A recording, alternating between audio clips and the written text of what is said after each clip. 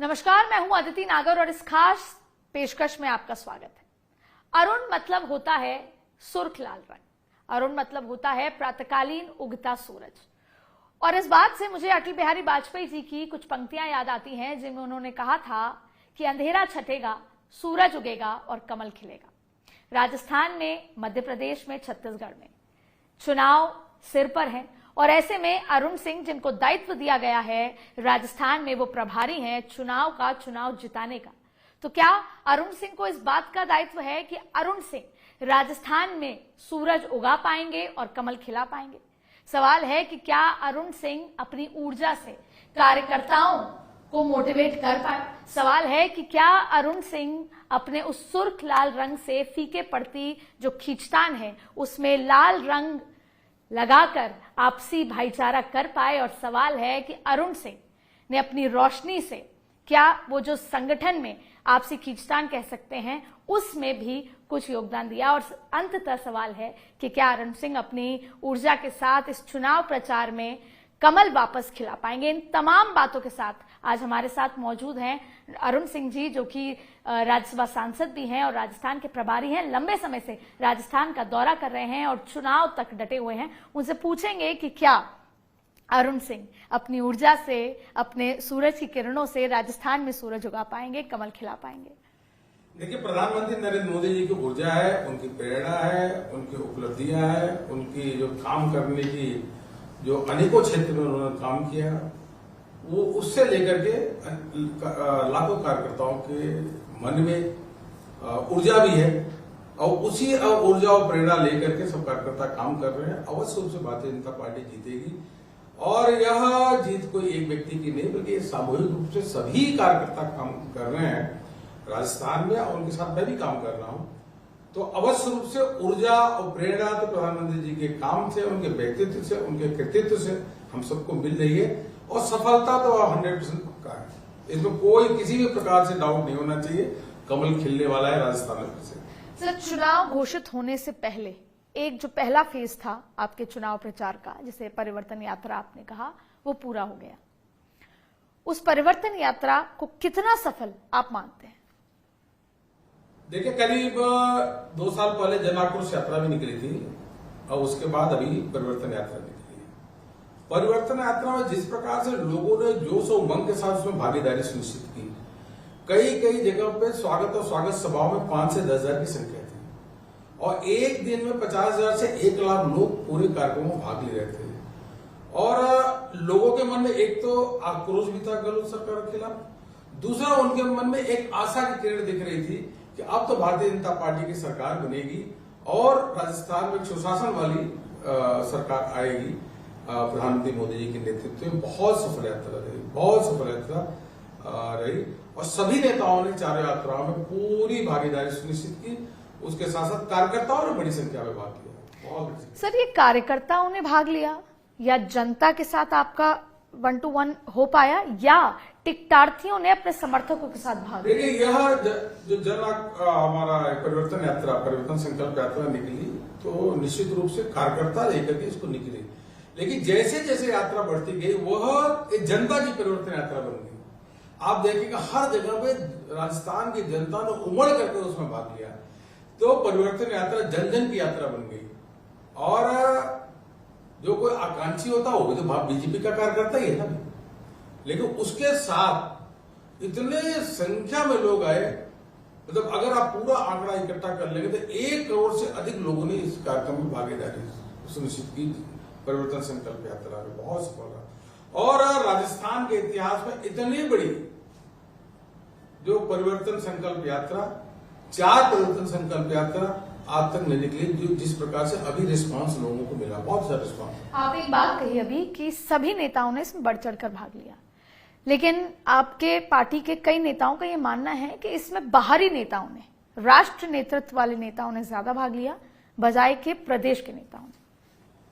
देखिए, ये तो कांग्रेस की तरफ से बीच में नैरेटिव बनाया जाता है। सभी हमारे प्रदेश के नेता, देखिए 4 जो रथ को लेकर के चलने वाले थे, जो संयोजक वो भी राजस्थान के थे। उसके अलावा गजेंद्र सिंह जी से लेकर के अर्जुन राम मेघवाल जी और आदरणीय सीपी जोशी जी, राजेंद्र राठौर जी, सतीश पुनिया जी, सभी लोगों ने, कैलाश चौधरी जी, सब लोगों ने अधिक समय दिया। अगर कोई केंद्र का मंत्री आया होगा तो 1 दिन समय दिया होगा, लेकिन राजस्थान के नेताओं ने 10 दिन 12 दिन का समय दिया। तो यात्रा में सबसे अधिक अगर भागीदारी अगर देखेंगे 95% अगर वर्किंग करके निकालेंगे तो 95% राजस्थान के ही नेताओं ने पूरी परिवर्तन यात्रा को लेकर के चले और उसमें उन्हीं का उद्बोधन रहा। आगे की रणनीति क्या? परिवर्तन यात्रा खत्म हो गई। एक सवाल बीच में इसलिए क्योंकि हम परिवर्तन यात्रा पर चर्चा कर रहे हैं। इन सबके पीछे जो आदमी माना जाते हैं वो अरुण सिंह माने जाते हैं। तैयारी हो गई, बैठक हो गई, लेकिन मंच पर आप नहीं दिखे। जब प्रधानमंत्री नरेंद्र मोदी जी थे तो सभी की निगाहें आपको ढूंढ रही थी, चाहे फिर कार्यकर्ता हो, नेता हो या पत्रकार हो या वहां पहुंचे लोग। तो आप कहां थे? देखिए, प्रधानमंत्री जी की जब कार्यक्रम बहुत ऐतिहासिक रहा। मैं रात को जाकर के पूरी व्यवस्था देख लिया था और बाकी हम एक जगह से बैठकर उसको काफी चीजें थी उसके बारे में चर्चा भी कर रहे थे और समय समय पे लोगों से बात भी कर रहे थे। और उसके अलावा कुछ और विशेष भी काम था, तो वहीं पास में बैठ करके, क्योंकि सभी लोग अगर मंच पे रहेंगे तो काम कैसे होगा। अब चुनाव का समय आ गया तो जरूरी नहीं कि सभी नेता मंच पे ही रहें और अपना अपना काम करना चाहिए। सर्वाधिक भीड़ दिखी, मैं भी वहां पर मौजूद थी। आपने और वो भी पुलिस प्रशासन के रोकने के बाद भी इतनी बड़ी संख्या में लोग आए और तेजा जी की जयंती भी थी, तो अब मेला भी लगा हुआ था, फिर भी इतनी बड़ी संख्या में आए प्रधानमंत्री जी को सुनने के लिए, उनका धन्यवाद देने के लिए मोदी जी का। अब आगे की रणनीति का, क्योंकि आपने अभी भी कहा कि मैं कहीं पर था और मैं कुछ तैयारियां कर रहा था, तो शायद वो आगे आने वाले समय के लिए है। तो आगे की अब आपकी चुनाव प्रचार का जो दूसरा फेज है उसकी रणनीति क्या है? देखिए, 2-3 दिन के अंदर सभी प्रमुख नेता जिले में जा रहे हैं और 3 दिन के अंदर सभी जिलों में जाकर के प्रदेश के सभी कोर कमेटी के नेता जा रहे हैं, जिलों में जा रहे हैं। जिले में आगामी जो कार्यक्रम है, अब हमको सम्मेलन करने हैं, राजनीतिक परिदृश्य की चर्चा करना, मुद्दों की चर्चा करना। यह 3 दिन के अंदर सभी लोग कहीं न कहीं क्षेत्र में रहेंगे। उसके बाद उन सम्मेलन करेंगे और सम्मेलन के साथ साथ हमारी जिला चुनाव संचालन समिति है, विधानसभा चुनाव संचालन समिति, उनकी बैठक करना और सीधे चुनाव जीतना। सर, ये जो आप सम्मेलन करेंगे विधानसभा वार है या जिला स्तर है? अधिकांश विधानसभा वार है, कुछ जिला अनुसार होगा। तो सर 200 सीटों पे आप कोई क्लस्टर के हिसाब से नेता भेज रहे हैं? आपने कोई नेताओं की लिस्ट तैयार की है? हर जिले पे कोई न कोई, 1-2 जिले पे, हर जिले पे कोई न कोई कोर कमेटी का सदस्य वो जा रहा है कहीं। उसके अलावा हम लोग भी जा रहे हैं, सभी प्रमुख नेता कहीं कहीं जिले पे जा रहे हैं 3 दिन के अंदर। भाजपा का ब्रह्मास्त्र क्या है चुनाव प्रचार का? जो अक्सर रेड कार्पेट बॉम्बिंग होती है, तमाम नेता जमीन पर उतर आते हैं। योगी आदित्यनाथ दिखेंगे सर इस बार? देखिए, सभी नेता आएंगे, प्रधानमंत्री मोदी जी के नेतृत्व में, राष्ट्रीय अध्यक्ष जी के नेतृत्व में सब नेता आएंगे। और भाजपा सबसे बड़ी पार्टी है। यह हमें गर्व प्राप्त है कि हमारे पास इतने मुख्यमंत्री भी हैं, केंद्रीय मंत्री भी हैं, सब लोग आके प्रचार करेंगे। और राजस्थान की यूनिट बहुत सक्षम यूनिट है। 3 केंद्रीय मंत्री राजस्थान में है और अनुभवी अपना पूर्व मुख्यमंत्री भी हैं, प्रदेश अध्यक्ष भी हैं। सभी लोग मिलकर के प्रचार प्रसार करेंगे। बिल्कुल। तो सर, ये आपने कहा कि आपके पास काफी चेहरे हैं, तमाम चीजें हैं। हाल ही में एक स्ट्रैटेजी कांग्रेस की तरफ से आई, लेकिन वो इंप्लीमेंट नहीं हो पाई। कांग्रेस ने कहा कि जैसे हमने कर्नाटक में चुनाव प्रचार कह लें या टिकट वितरण हमने पहले किया, उससे हमें फायदा मिला, तो हम राजस्थान, मध्य प्रदेश, छत्तीसगढ़ में भी करेंगे। अभी तक राजस्थान की टिकट नहीं आई, लेकिन भारतीय जनता पार्टी ने उसमें फुर्ती दिखाते हुए मध्य प्रदेश में 3 बार और छत्तीसगढ़ में 1 बार टिकट अनाउंस कर दी। मध्य प्रदेश में 39 और 1 यानी टोटल 79 सीट्स अनाउंस कर दी हैं। छत्तीसगढ़ में भी कर दी हैं, जिसके लिए बिहाइंड द कर्टन्स दोनों बातें हैं। एक ये कि खींचतान भी दिखी यात्राओं में, और एक ये कि फायदा भी दिखा, कार्यकर्ता मोटिवेटेड थे। राजस्थान में टिकट अभी तक अनाउंस क्यों नहीं? हमारी चारों परिवर्तन यात्राएं चल रही थी और केंद्रीय चुनाव समिति जब भी हमको बुलाएगी हम लेके जाएंगे और टिकट की घोषणा हो जाएगी। लेकिन सर देरी क्यों? मध्य प्रदेश, छत्तीसगढ़, राजस्थान तीनों के साथ चुनाव है। तो जैसे केंद्रीय चुनाव समिति बुलाएगी हम वहां जाएंगे। हमारी परिवर्तन यात्रा में हम लोग सब लोग थे, जब भी बुलाएंगे हम जाएंगे, तो डिक्लेयर हो जाएगा। तो सर कितनी सीटों पर आपकी सिंगल पैनल या फाइनल नाम तैयार हो चुके हैं? यह तो केंद्रीय चुनाव समिति को ही निर्णय होता है, ये हमारे अधिकार में नहीं होता। हम कार्यकर्ताओं से राय लेकर के और उसके बाद पैनल तैयार करके केंद्रीय चुनाव समिति के पास जाते हैं और केंद्रीय चुनाव समिति उससे फैसला लेती है। सर लगभग कितनी सीटों पर आप लोग की तैयारी हो चुकी है जो फिर आप केंद्रीय चुनाव समिति के पास लेकर जाएंगे? 200 में भारतीय जनता पार्टी की पूरी तैयारी है, कोई तैयारी में कमी नहीं। कभी भी चुनाव करा लो, कभी भी घोषणा कर लीजिए। कभी राजस्थान में कोई हमारी चुनाव तैयारी में किसी भी प्रकार की कमी नहीं। जब चाहिए, जब केंद्रीय चुनाव समिति कहेगी तुम जरूर जाएंगे। सर मध्य प्रदेश में जब पहली लिस्ट जारी हुई 39, उसमें यह कहा गया कि 3 सांसद चाहते थे चुनाव लड़ना लेकिन उनको टिकट नहीं दी। छत्तीसगढ़ की पहली लिस्ट जारी हुई तब ये कहा कि जो वहां के प्रदेश अध्यक्ष हैं, वो सांसद हैं, वो चुनाव लड़ना चाहते थे, उनको नहीं दिया गया। तो सवाल ये हुआ कि क्या इस बार की रणनीति ये है कि किसी भी सांसद या केंद्रीय मंत्री को प्रदेश में चुनाव नहीं उतारा जाएगा, लेकिन फिर लिस्ट आती है जिसमें बड़े चेहरे, चाहे वो केंद्रीय मंत्री हो या सांसद हो, उनको मध्य प्रदेश में उतारा जाता है। तो जैसे ही लिस्ट आई, एक ऊर्जा और उत्सुकता राजस्थान में भी हो गई है कि राजस्थान में कितने केंद्रीय मंत्री या सांसदों को आप चुनाव में उतारेंगे? यह तो केंद्रीय चुनाव समिति को निर्णय लेना होता है। माननीय प्रधानमंत्री मोदी जी के नेतृत्व में, राष्ट्रीय अध्यक्ष के नेतृत्व में निर्णय लेना है, वही निर्णय लेंगे। लेकिन हमारे देखे, बहुत पहले देखे तो 19 सीटें ही थोड़ा कमजोर दिख रही थी, बाकी सभी सीटों में मजबूत, बहुत मजबूत है।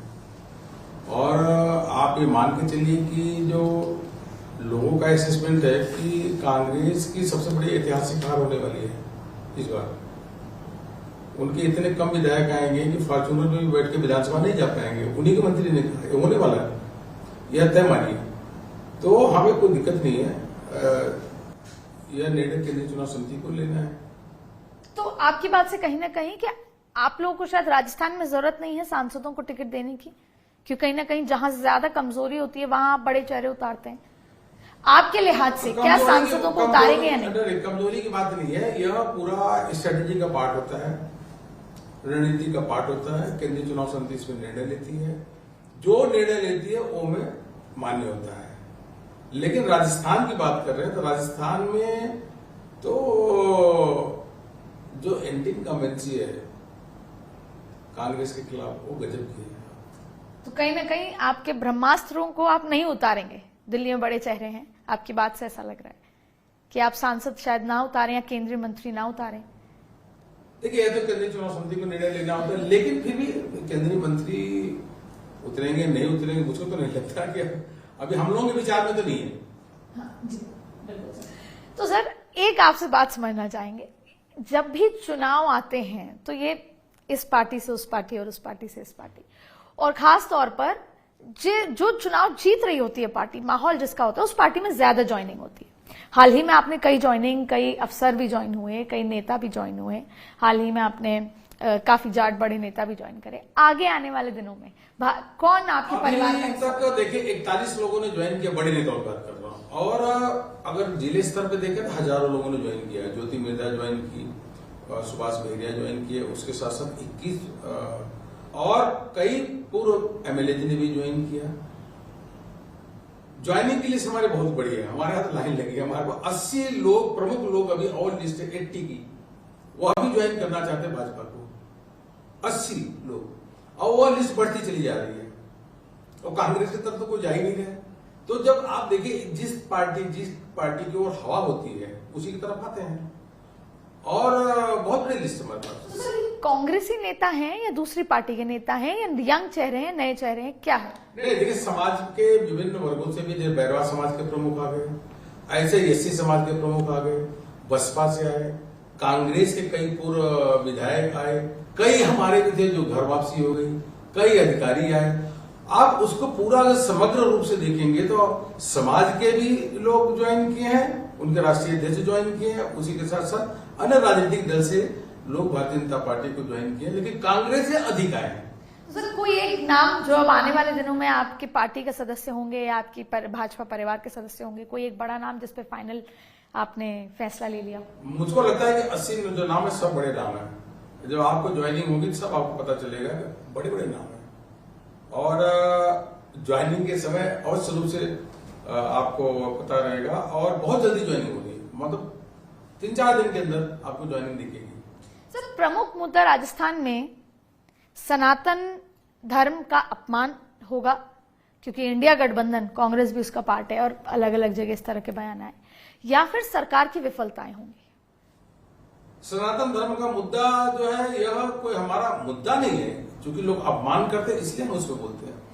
हमारा प्रमुख मुद्दा जो है महिला पे अत्याचार नंबर 1 राजस्थान में, महंगाई नंबर 1 पे राजस्थान है, भ्रष्टाचार नंबर 1 पे राजस्थान पे, और सड़क है की हालत खस्ता हाल है हमारा। और ये मुद्दे प्रमुख मुद्दे हैं। उसके साथ साथ जो अपीजमेंट का, कांग्रेस का अपीजमेंट का विषय वो भी मुद्दा है। जयपुर में जो ब्लास्ट हाउस के दोषियों को छोड़ा गया, कन्हैया की हत्या होती, वह भी लोगों के मन में विषय आता ही है, ये मुद्दा है। लेकिन सबसे जो पीड़ा का विषय देखिए, करौली में लड़की को गैंग रेप करके गोली मार करके अगर उसको तेजाब डाल के कुएं में डाला जाता है, सवाई माधोपुर में एक घटना होती है, दौसा में इस प्रकार की घटना होती है, यह घटना है। और दरियाबाद में महिला को निर्वस्त्र किया जाता है और फिर चलाया जाता है। गंगापुर में इस प्रकार की घटना, कपड़ा लेके चले जाते हैं, महिला निर्वस्त्र होती है। कानून नाम की चीज नहीं। महिलाएं सबसे अधिक असुरक्षित अगर कहीं हैं तो राजस्थान में, मतलब कोई कानून नाम, बहुत मन में पीड़ा होती है। प्रतिदिन ऐसी घटनाएं घटते हैं। 33,000 से अधिक महिला दुष्कर्म के केस दर्ज हुए, 10 लाख से ऊपर केस पूरे मुकदमे दर्ज हुए हैं। क्या हो गया भाई राजस्थान में? एक अपना शांतिप्रिय प्रदेश होता था, लेकिन क्या स्थिति बना दी है? इसका कारण सबको मालूम है क्यों ऐसा हो रहा है?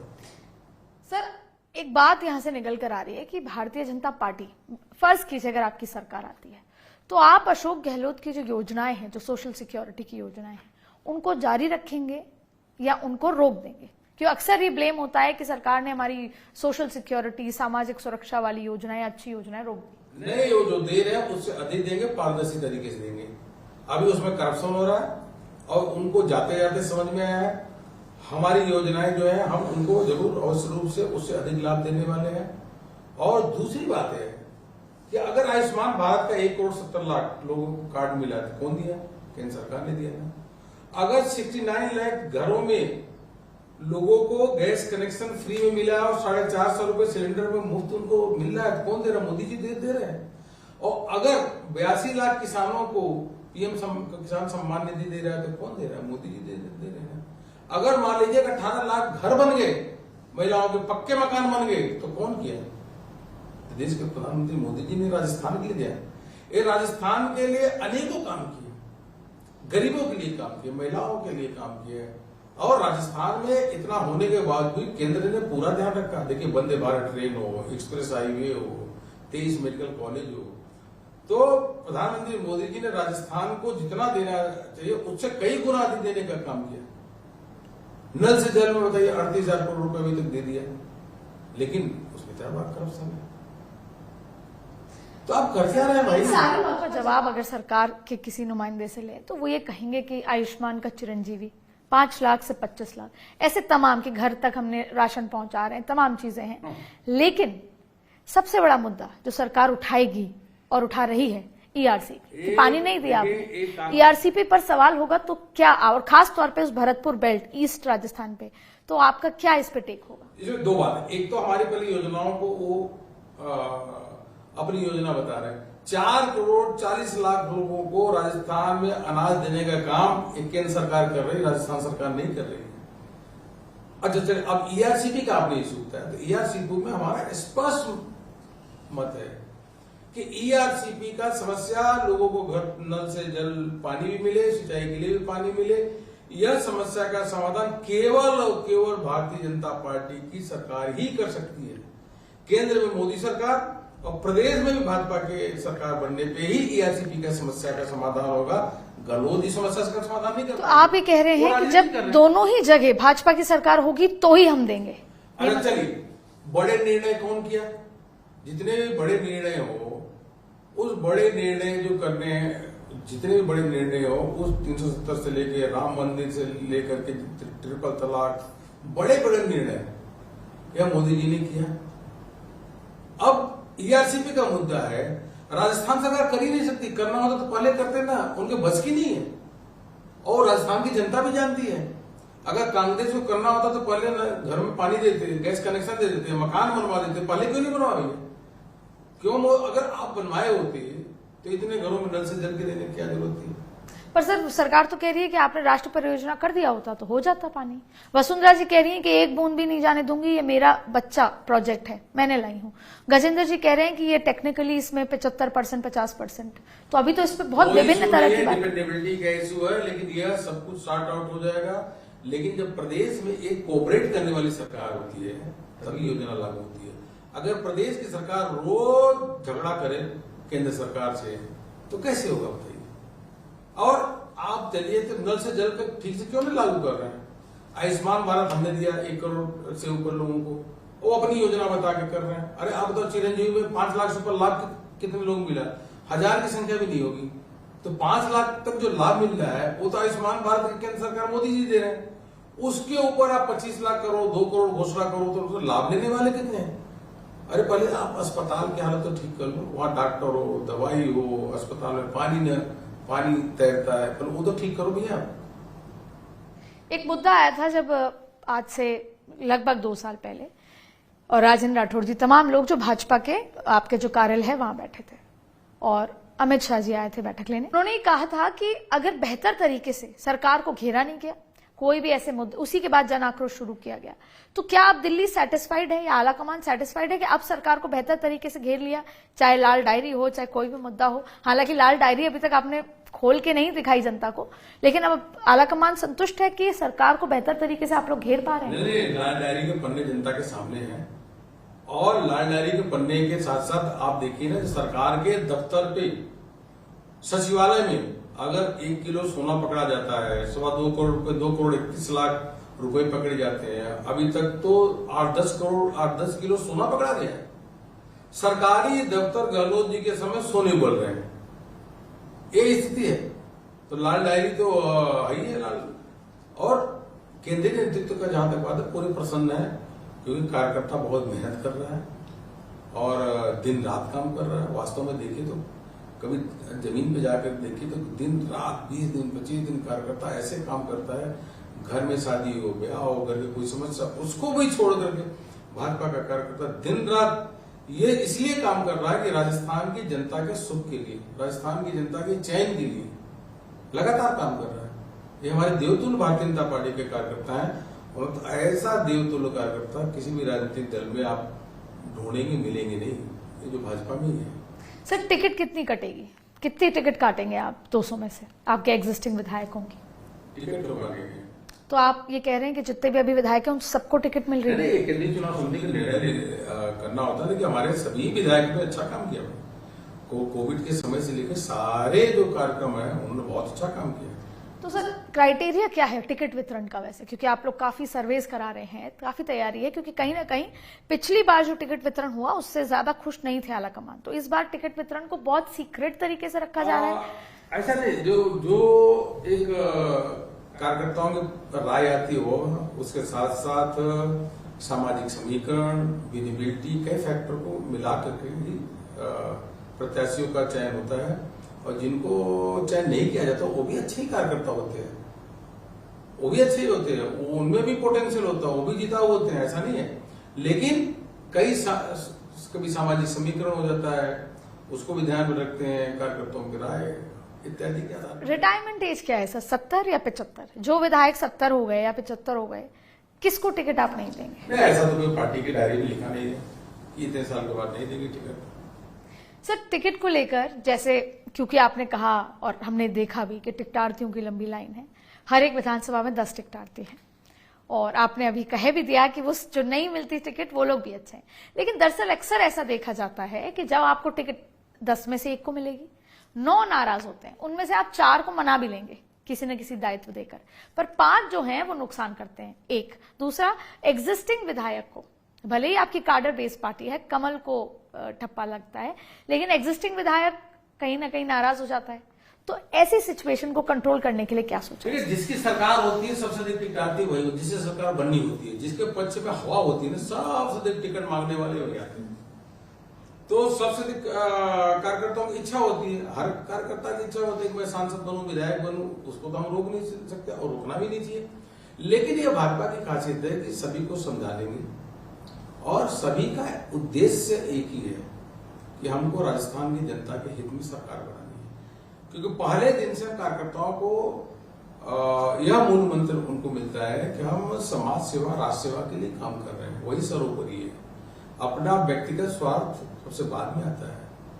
यह हमारे प्रशिक्षण में भी कार्यकर्ताओं को बताते हैं, हमारे भाजपा के संविधान में भी यही है, जो पंचनिष्ठाएं हैं, इसलिए भाजपा में दिक्कत नहीं आएगी। सर, चेहरा कौन है? चेहरा तो सभी भारतीय जनता पार्टी के कार्यकर्ता हैं।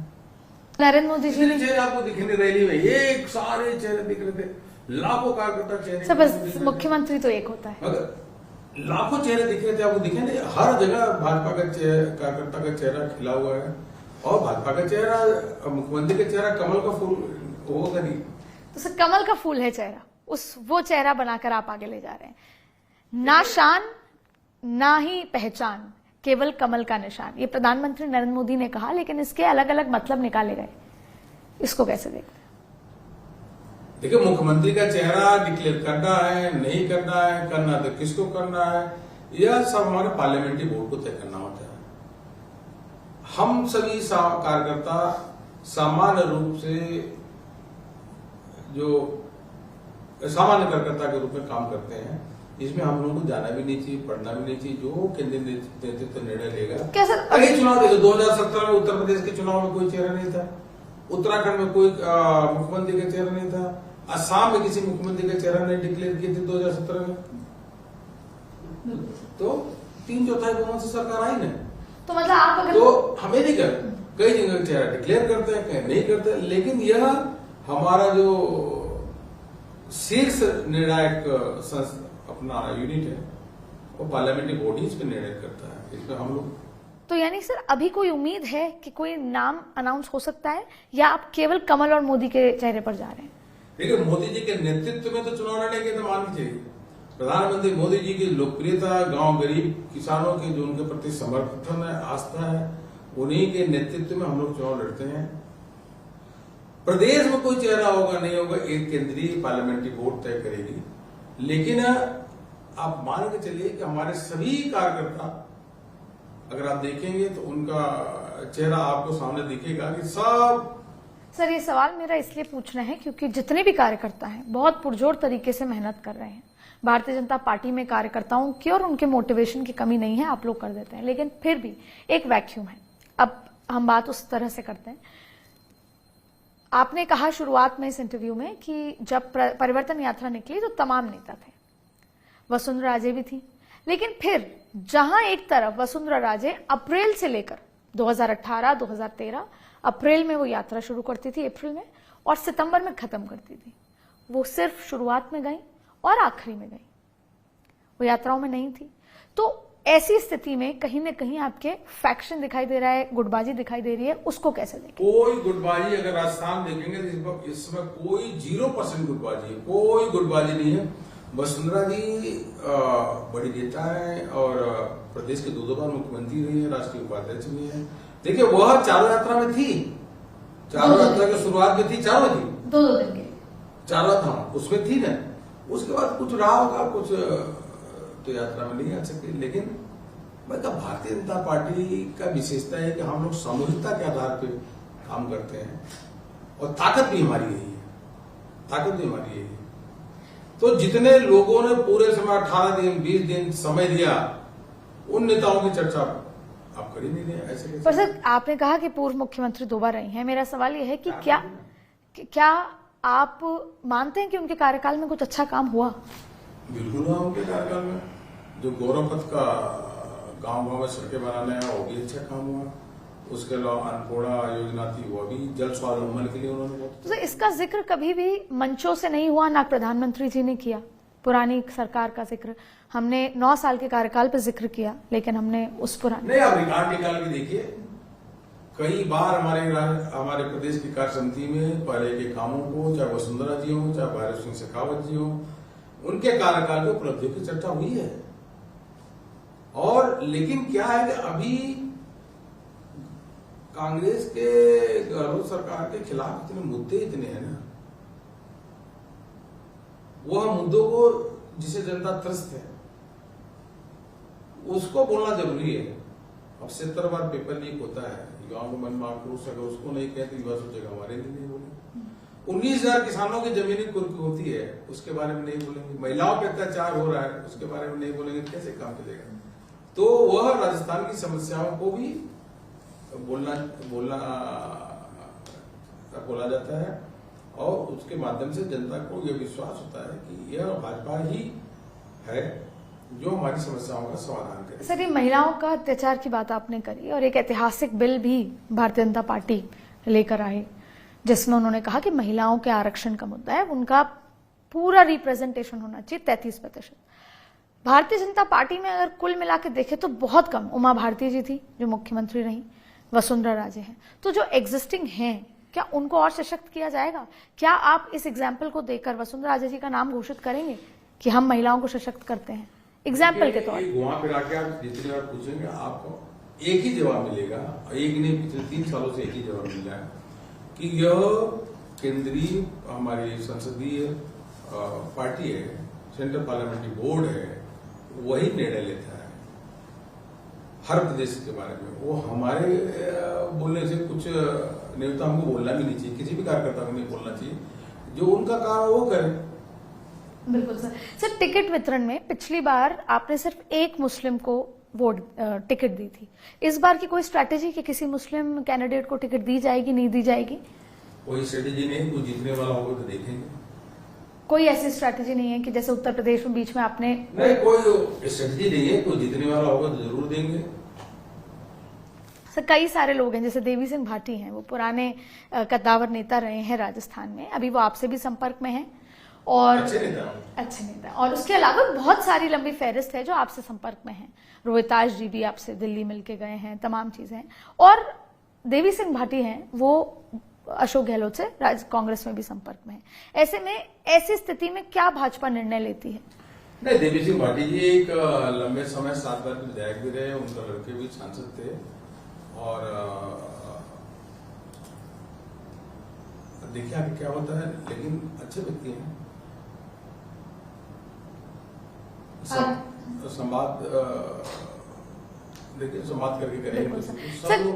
देखिए, इसमें सबकी इच्छा है, कोई भी व्यक्ति हो, इवन कांग्रेस के नेताओं की भी इच्छा होती है कि वह भी मोदी जी के नेतृत्व में काम करें।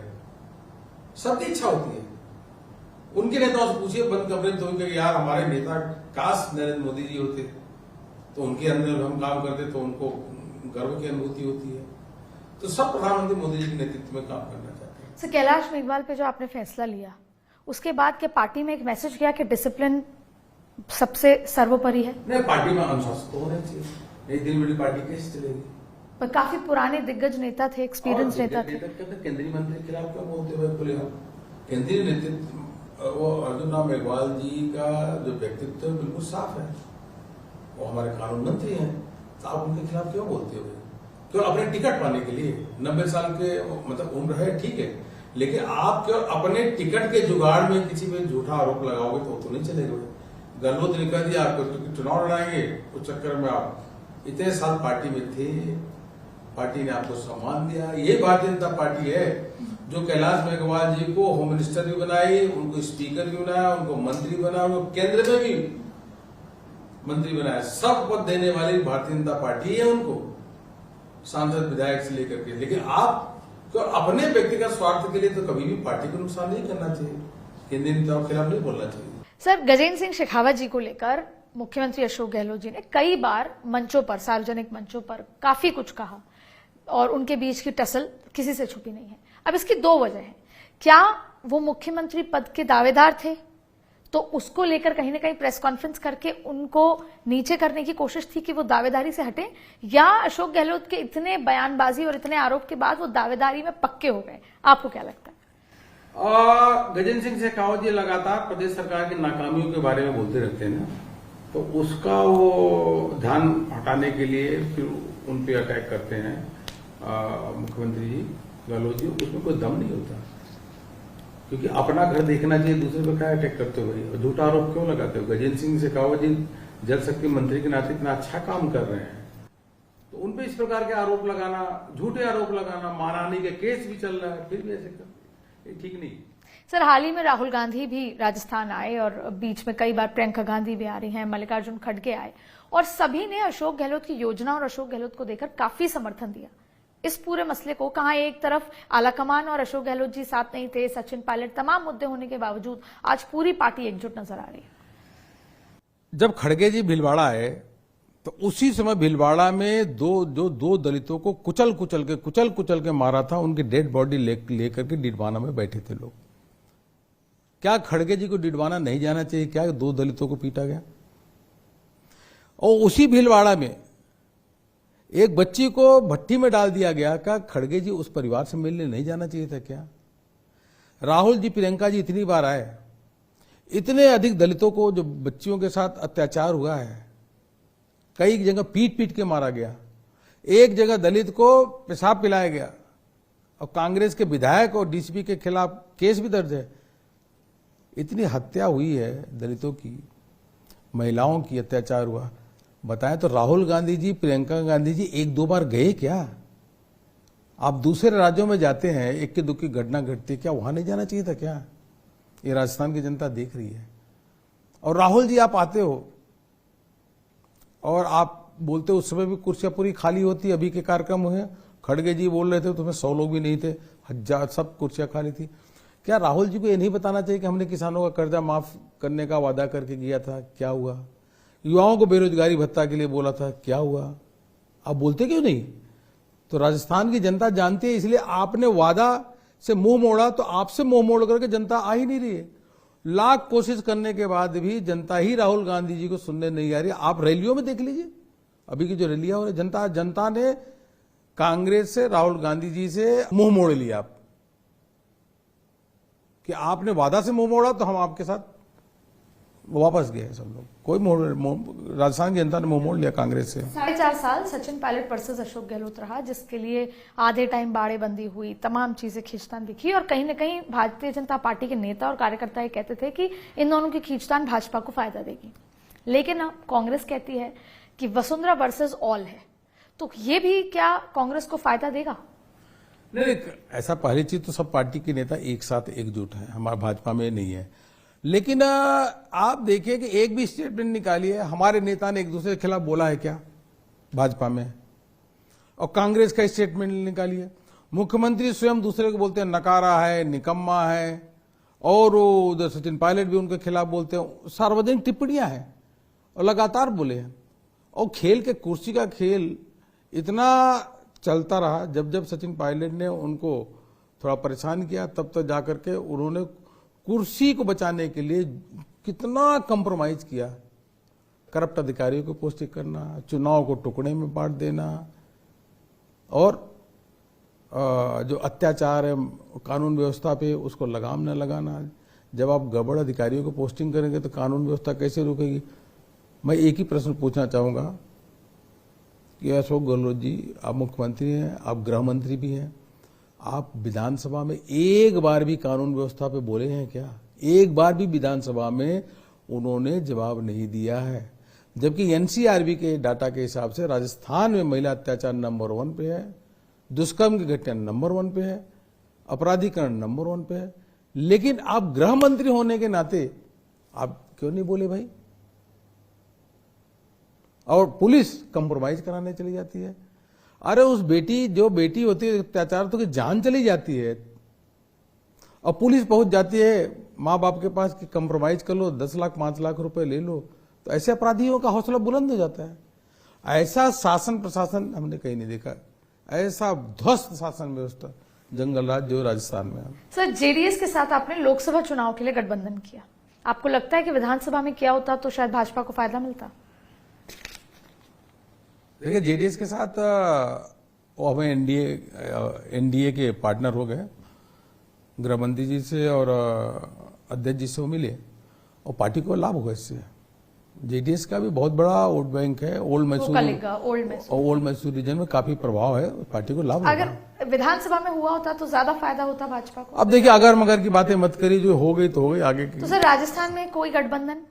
आपके पास पहले हनुमान बेनीवाल साथ थे, लेकिन अब आपके पास ज्योति मिर्धा हैं, तो वो होंगे या नहीं होंगे? ऐसा कोई गठबंधन? क्योंकि कांग्रेस कहीं ना कहीं हनुमान बेनीवाल के साथ भी तारतम्य बिठाने की कोशिश कर रही है, लेफ्ट के साथ भी, कई अपनी सीट लेफ्ट के लिए भी छोड़ रही है। तो वो हर तरीके से, और आम आदमी पार्टी भी हो सकता है, सपा भी हो सकती है। आपकी क्या तैयारी है? अब वो कांग्रेस कर जाने, उसका काम हो। क्या है कि डूबती नाव पे कितने लोगों को बैठा लो, नाव तो डूबेगी डूबेगी। आपको ध्यान है, उत्तर प्रदेश में एक बार सपा और कांग्रेस ने, दो लड़के ये मिलके इन्होंने गठबंधन कर लिया। हुआ क्या? कुछ नहीं। मतलब सपा और कांग्रेस का सुपड़ा साफ हो गया। जब नाव कांग्रेस की डूब रही ना, तो डूबने पे दो लोगों को और बैठाओगे तो और तेजी से नाव डूबेगी। आप गठबंधन में इनकी नाव डूब रही है, इनकी सरकार की नाव डूब रही है, तो गठबंधन आप बात कर रहे हैं अभी 2018 के चुनाव की, और वो अभी 30 तारीख को विजन डॉक्यूमेंट 2030 का देने वाले हैं। मेरा विजन राजस्थान के लिए, उनको मालूम है कि 30 तक वो सरकार में आने वाले हैं नहीं, इसलिए 2030 की बातें कर रहे हैं। नहीं तो कोई भी सरकार होता, और कोई भी सरकार है वो मुख्यमंत्री हो, तो उसको बताना चाहिए कि भाई इस बार हम 2023 के चुनाव है, उसके बाद हम क्या करेंगे। उस बताने के बजाय 2030 का विजन दे रहे हैं। इसका मतलब है कि वो मान चुके हैं होर्डिंग के माध्यम से, बाकी वक्तव्य के माध्यम से, कि 2030 के बाद वो सरकार में आने का सपना सोचेंगे। अब उससे पहले तो वो मान चुके हैं कि राजस्थान की जनता धक्का देने वाली है। 20 साल तक कांग्रेस कहीं नहीं है, उठने की नहीं सोचेंगे। बीजेपी हमेशा उसमें रहती है, चुनावी मोड में। तो 2018 आपका सेमीफाइनल है, 2023 है वो सेमीफाइनल है 2024 का। तो ऐसे में आप राजस्थान के लिए एससी मुखिया देखेंगे सीएम, या ओबीसी? फायदेमंद क्या है आपके लिए? नहीं, एससी ओबीसी के लिए जितना अधिक हमारे आदरणीय प्रधानमंत्री जी ने किया है, केंद्र सरकार ने किया, उतना तो कांग्रेस ने कभी उसका 1% भी नहीं काम किया। संवैधानिक ओबीसी को संवैधानिक दर्जा देने से के साथ साथ 27 केंद्र में मंत्री बनाए हैं, और एससी के लिए भी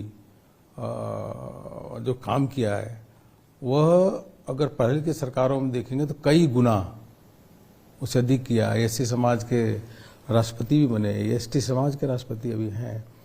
तो और प्लस उनको सामाजिक न्याय या सहूलियत जितना भी है, जितनी भी योजनाएं हैं, सबसे अधिक लाभ अगर उज्ज्वला का, प्रधानमंत्री आवास योजना का, अनाज का, या जितने भी नल से जल के अलावा जितने भी योजनाएं हैं, सबसे अधिक लाभ उन्हीं वर्गों को मिल रहा है।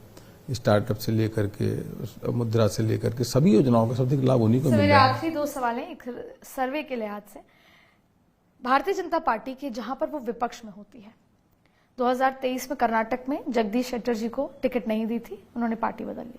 गुजरात में 2022 में रूपाणी जी को टिकट नहीं दी थी, वो पहले मुख्यमंत्री थे, मुख्यमंत्री को टिकट नहीं दी। उत्तराखंड में त्रिवेंद्र सिंह रावत टिकट नहीं दी 2022। गोवा में लक्ष्मीकांत परेसकर नहीं दी टिकट। हिमाचल में प्रेम कुमार धूमल, और एमपी में 2018 बाबूलाल गौर। यानी कि ये सर्वे और ये डेटा ये कहता है कि जहां पर आप विपक्ष में होते हैं वहां पूर्व मुख्यमंत्रियों को आप टिकट नहीं देते। सवाल है शिवराज सिंह चौहान, रमन सिंह और वसुंधरा राजे, उनको टिकट मिलेगी या इस लिहाज से नहीं मिलेगी? नहीं, केंद्रीय चुनाव समिति निर्णय लेती है, इसमें हमारा कोई टिप्पणी नहीं है। अगर हम कई एग्जाम्पल भी आपके सामने दे सकते हैं कि कई पूर्व मुख्यमंत्रियों को टिकट दिया भी गया है। अगर पास्ट पे देखेंगे तो आपने तो 6-7 बोला होगा, 20 ऐसे होंगे जहां दिया भी गया, लेकिन यह केंद्रीय चुनाव समिति को निर्णय लेना होता है, यह हमारे हाथ में नहीं। सर, आखिरी वसुंधरा जी का रोल क्या होगा और आपकी ताकतें क्या हैं जो आप अपने आप को 2023 में अभी से विजय मान रहे हैं? हमारी देखिए सबसे बड़ी ताकत यह है कि जो कार्यकर्ताओं ने इतना परिश्रम किया है, काम किया है, वह है। और हमारे जैसे जो संगठन है, अभेद्य संगठन, और कार्यकर्ताओं की बहुत बड़ी फौज, देवतुल्य कार्यकर्ताओं की, वह है। और उसके साथ साथ प्रधानमंत्री मोदी जी के नेतृत्व में जो गरीबों के लिए, किसानों के लिए और राजस्थान के लिए, जनता के लिए, विकास के लिए काम हुआ, वह है। और उसके साथ साथ जो सरकार है, गहलोत सरकार है, उसके नाकामी से जनता त्रस्त है, युवा परेशान है, किसान बदहाल है, महिलाओं में बहुत भयंकर सुरक्षा का अभाव है। यह मुद्दे रहेंगे। और 2023 में मैंने कहा कि ऐतिहासिक विजय, प्रचंड विजय होने वाली है। और सभी नेता, पार्टी के प्रदेश अध्यक्ष सीपी जोशी जी से लेकर के वसुंधरा जी और गजेंद्र सिंह जी से लेकर के अर्जुन राम जी, सभी नेता मिलकर के एक लक्ष्य को लेकर के काम कर रहे हैं और करेंगे भी कि हमारी ऐतिहासिक विजय हो। 2023 में हम ऐतिहासिक विजय के साथ साथ 2024 के लोकसभा चुनाव में पुनः 25 की 25 सीटें जीत करके मोदी जी की झोली में डालें। सर, क्योंकि आपने आखिर में सीपी जोशी साहब का भी नाम आया और चुनाव के ठीक पहले उन्होंने दायित्व संभाला था, तो आप उनको कैसे रेट करते हैं बतौर प्रदेश अध्यक्ष, वो भी चुनावी माहौल और वो भी राजस्थान? देखिए, सीपी जोशी बहुत लोकप्रिय हैं, 2 बार के सांसद हैं और आप देखिए कि इतने सरल व्यक्तित्व है और मेहनती बहुत है और वो हमारे प्रदेश के मुखिया एक तरीके से, प्रदेश अध्यक्ष के नाते। और